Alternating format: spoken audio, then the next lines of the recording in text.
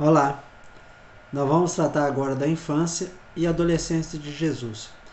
Esses fatos estão narrados em Nazaré, Jerusalém e depois novamente em Jerusalém, e ocorreram depois de 7 ou 8 depois de Cristo. E estão relatados em Lucas capítulo 2, versículos 40 até 52. Vamos lá. Lucas capítulo 2, versículo 40. E o menino crescia e se fortalecia, e cheio de sabedoria, e a graça de Deus estava sobre ele. É notável que isso é tudo que é registrado na infância de Jesus. E isto, com um breve relato que se segue de sua ida a Jerusalém, é tudo que sabemos dele até os 30 anos de sua vida. O objetivo dos evangelistas era relatar seu ministério público e não sua vida privada. Por isso, eles falam pouco dele em relação aos seus primeiros anos. O que eles dizem, no entanto, corresponde inteiramente ao que podemos esperar. Ele era sábio, puro, agradável a Deus e profundamente hábil no conhecimento da lei divina. Ele deu um exemplo adorável para todas as crianças, estava sujeito a seus pais e aumentou em favor de Deus e do homem. Fortalecia em mente, intelecto, entendimento. Jesus tinha uma alma humana, e esta alma estava sujeita a todas as leis apropriadas de um espírito humano. Portanto, aumentou em conhecimento, força e caráter. Cheio de sabedoria. Eminente por sabedoria quando criança, ou seja, exibindo um entendimento extraordinário e sábio para fugir de tudo que é pecaminoso e mau. E a graça de Deus. A palavra graça no Novo Testamento geralmente significa favor imerecido mostrado aos pecadores. Aqui, isso significa não mais que favor. Deus mostrou-lhe favor ou ficou satisfeito com ele e o abençoou. Assim, até o próprio Cristo, que não conhecia o pecado, cresceu no favor de Deus e, quanto à sua natureza humana, aumentou nas graças do Espírito Santo. A partir disso, aprendemos que se um homem fosse tão puro e perfeito como o próprio Jesus, ele poderia, no entanto, aumentar na semelhança e, consequentemente, no favor de Deus. Versículo 41. Todos os anos, seus pais iam a Jerusalém para a festa da Páscoa. Este era seu costume constante, porque imposto pela lei. A dispersão dos judeus, obviamente, relaxou a obrigação para aqueles que viviam à distância, mas ainda era mais ou menos reconhecida por aqueles que moravam na Palestina. A viagem anual a Jerusalém pode, portanto, ser tomada como uma indicação de obediência devotada, não sem influência dos pensamentos da criança, que durante essas visitas ficava para trás na casa em Nazaré. Embora os professores judeus nem sempre exigissem a presença de mulheres nos festivais, muitas mulheres compareciam. Esse versículo pode ser até uma outra alusão a Ana, em 1 Samuel, capítulo 1, versículo 7. E assim fazia cada ano, quando subia à casa do Senhor. E também em 1 Samuel, capítulo 2, versículo 19. E fazia-lhe sua mãe uma túnica pequena, e a trazia a ele a cada ano, quando subia com seu marido a oferecer o sacrifício costumeiro. Versículo 42. E quando Jesus tinha 12 anos, subiram conforme o costume do festival. No ano seguinte, quando Jesus teria 13 anos, sua ida a Jerusalém seria obrigatória. Com essa idade de 13 anos, um menino judeu se tornava filho da lei e passava a cumprir alguma das exigências da lei de Moisés. Provavelmente, essa era a idade em que os meninos eram obrigados a aparecer diante do Senhor nas 3 festas públicas: a festa dos pães sem fermento, a Páscoa, das semanas, Pentecostes, dos tabernáculos, ou das cabanas. De acordo com os cânones judeus, era também a idade em que eles eram obrigados a começar a aprender um ofício. Versículo 43. E quando aqueles dias terminaram, eles partiram de volta, mas o menino Jesus ficou em Jerusalém sem que seus pais soubessem. Aqueles dias terminaram, os dias da Páscoa. Eram 8 dias no total. Um dia para matar o cordeiro pascal e 7 dias para a celebração da festa dos pães ázimos, os pães sem fermento. O menino Jesus. Lucas descreve em ordem o desenvolvimento de Jesus: o fruto do ventre, no útero durante a gestação, e em Lucas capítulo 1, versículo 42. Bendito é o fruto do teu ventre. Uma criança recém-nascida em Lucas capítulo 2, versículo 12. Achareis um menino envolto em panos. Uma criança pequena em Lucas capítulo 2, versículo 40. E o menino crescia e se fortalecia. E um adolescente aqui com 12 anos e depois um homem. Assim, Jesus passou e santificou todas as etapas da vida humana. Ele somente não conheceu a velhice. Ficou em Jerusalém sem que seus pais soubessem, envolvendo-se nas sagradas ordenanças do festival e na conversa religiosa que correspondia a isto. Versículo 44. Porém, como pensavam que ele vinha pelo caminho entre os companheiros de viagem, eles andaram o caminho de um dia e procuraram entre os parentes e conhecidos. As caravanas que ofereciam proteção contra ladrões eram comuns nas peregrinações para as festas em Jerusalém. Na verdade, Joséfo até fala de cidades inteiras viajando para as festas. Viajando com uma caravana, na qual os vizinhos de sua cidade vigiavam as crianças da comunidade juntos, Maria e José podem presumir que o Jesus quase adulto estava com companheiros, especialmente se agora eles tinham filhos mais novos para cuidar. As mulheres e crianças geralmente viajavam na frente da caravana, com os homens na retaguarda. É possível que um menino de 12 anos pudesse pertencer a qualquer um dos grupos. Então Maria e José provavelmente presumiram que Jesus estava com o outro.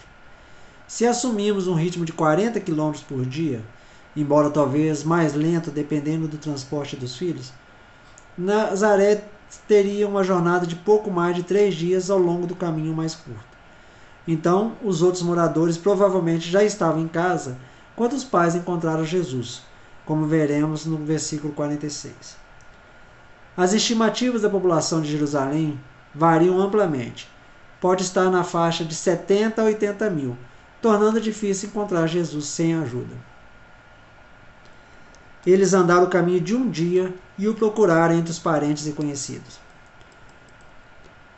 Como José e Maria poderiam fazer a jornada de um dia sem descobrir antes da noite que Jesus não estava na companhia?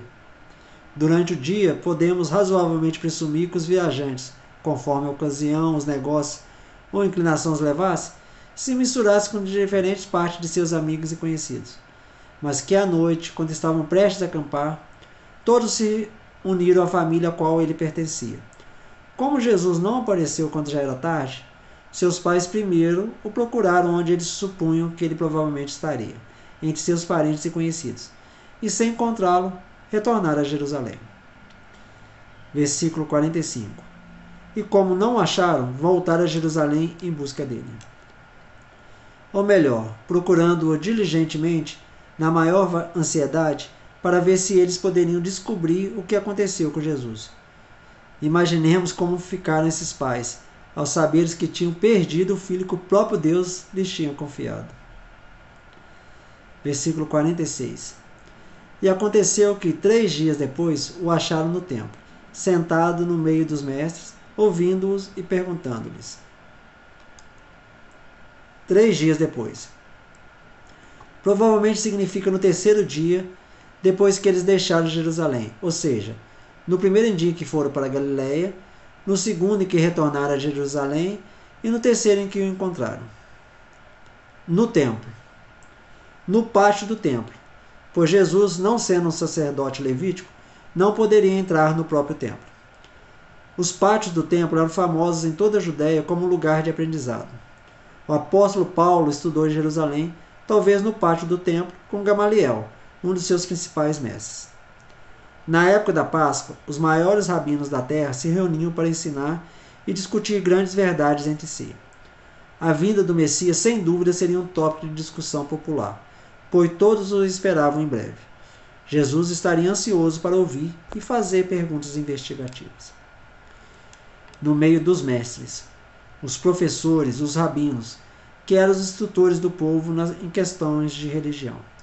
Em dias de festa, os rabinos encontravam um público dispostos a ouvir a sua instrução no pátio do templo, como o próprio Jesus fez numa ocasião posterior, como estará relatado em Lucas, capítulo 19, versículo 47. E Jesus ensinava diariamente no templo. Os famosos Hilel e Shammai podem ter sido dois desses professores. E perguntando-lhes, propôs perguntas a eles a respeito da lei e dos profetas. Não há razão para supor que isso tenha o objetivo de confundi-los. As perguntas foram, sem dúvida, propostas de maneira respeitosa, e as respostas foram ouvidas com deferência adequada à sua idade e posição social. Jesus era criança, e a religião não ensina uma criança a ser grosseira ou a ter indisciplina, mesmo que ela realmente conheça muito mais do que as pessoas mais velhas. A religião ensina a todos, e especialmente os jovens, a tratar os outros com respeito, a mostrar-lhes a honra que lhe é devida, a venerar a idade e a falar gentilmente com todos. Versículo 47. E todos os que ouviam admiravam a sua inteligência e resposta. A palavra inteligência parece se apontar para o discernimento que Jesus apresentou nas questões elaboradas, bem como nas respostas. Fazer perguntas era usado tanto no ensino quanto no aprendizado, mas era importante que os alunos fizessem perguntas inteligentes, como Jesus faz. Os professores podem responder a perguntas com perguntas, e as respostas de Jesus também são inteligentes. Os alunos podem começar o treinamento avançado no meio da adolescência. Versículo 48. Quando eles o viram, ficaram surpresos. E sua mãe lhes disse, Filho, por que fizeste assim conosco? Eis que teu pai e eu, com ansiedade, te procurávamos. Ficaram surpresos. Seus pais ficaram particularmente surpresos e sem compreender ao encontrar Jesus envolvido em tal ofício. E sua mãe, em particular, incapaz de expressar a emoção com que se encontrava, pois há 3 dias não sabia onde ele estava, o questiona com a terna veemência por Jesus os ter deixado sem o conhecimento e consentimento deles, e colocá-los em tanta dor. Por que fizeste assim conosco? Certamente não foi culpa de Jesus, mas sim deles. Os homens tendem a colocar sobre os outros a culpa de sua própria conduta inadequada. As mães eram responsáveis pelos filhos mais novos, mas o pai seria o responsável pela educação dos filhos, principalmente nessa idade. Teu pai. José não era o pai real de Jesus, mas ele o era legalmente. E, como o segredo do seu nascimento não era conhecido, ele foi chamado de pai. Maria, de acordo com esse uso, também o chamou assim. Ansiedade. A palavra traduzida em ansiedade é expressiva da angústia mais torturante e é frequentemente aplicada à aflição e dor de uma mulher em trabalho de parto. Foi, portanto, com grande preocupação, com inexprimível ansiedade e angústia. Versículo 49. Ele lhes disse, Por que me procuráveis? Não sabeis que devo estar no negócio do meu pai? Negócio de meu pai. Apesar de ter apenas 12 anos, Jesus sabia que Deus o tinha encarregado de cumprir certas tarefas nesta terra.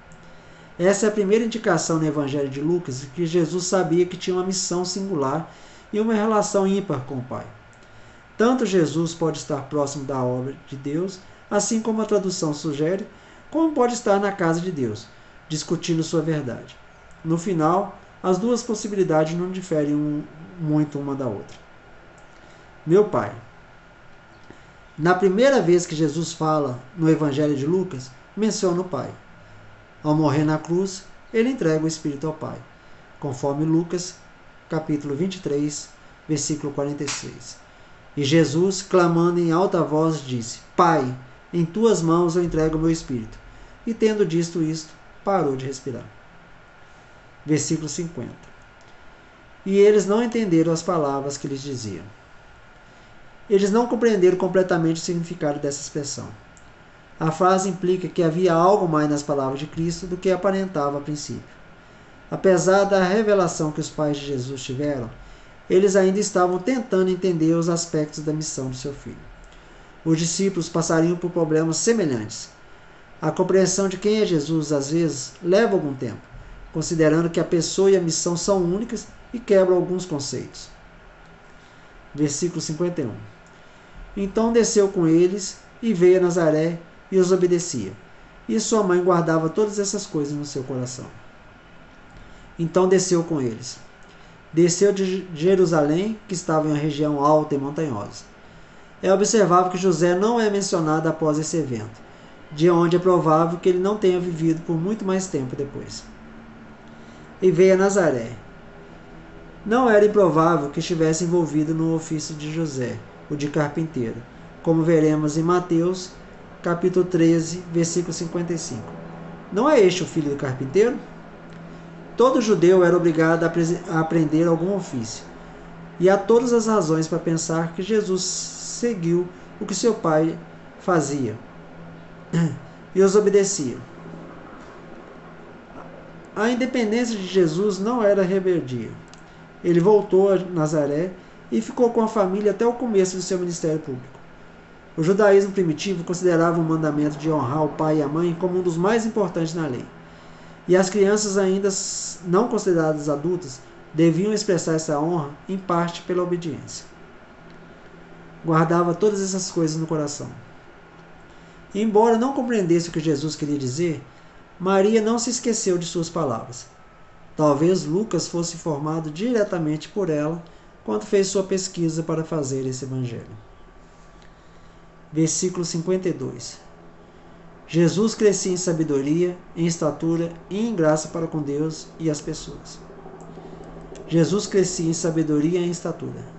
Mais uma vez, não temos nada além de um desenvolvimento normal e ordenado.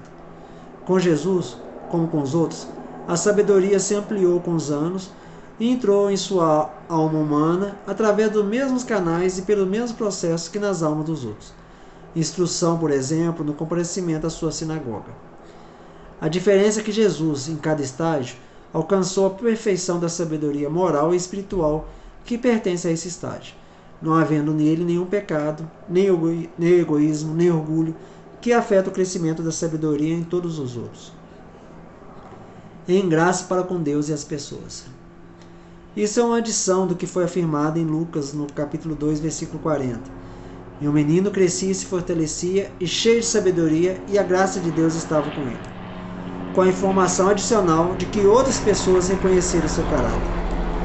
O menino cresceu, o jovem se tornou homem, e a sua pureza, humildade e simpatia altruísta atraiu até mesmo o coração de todos os homens. Até o próximo vídeo.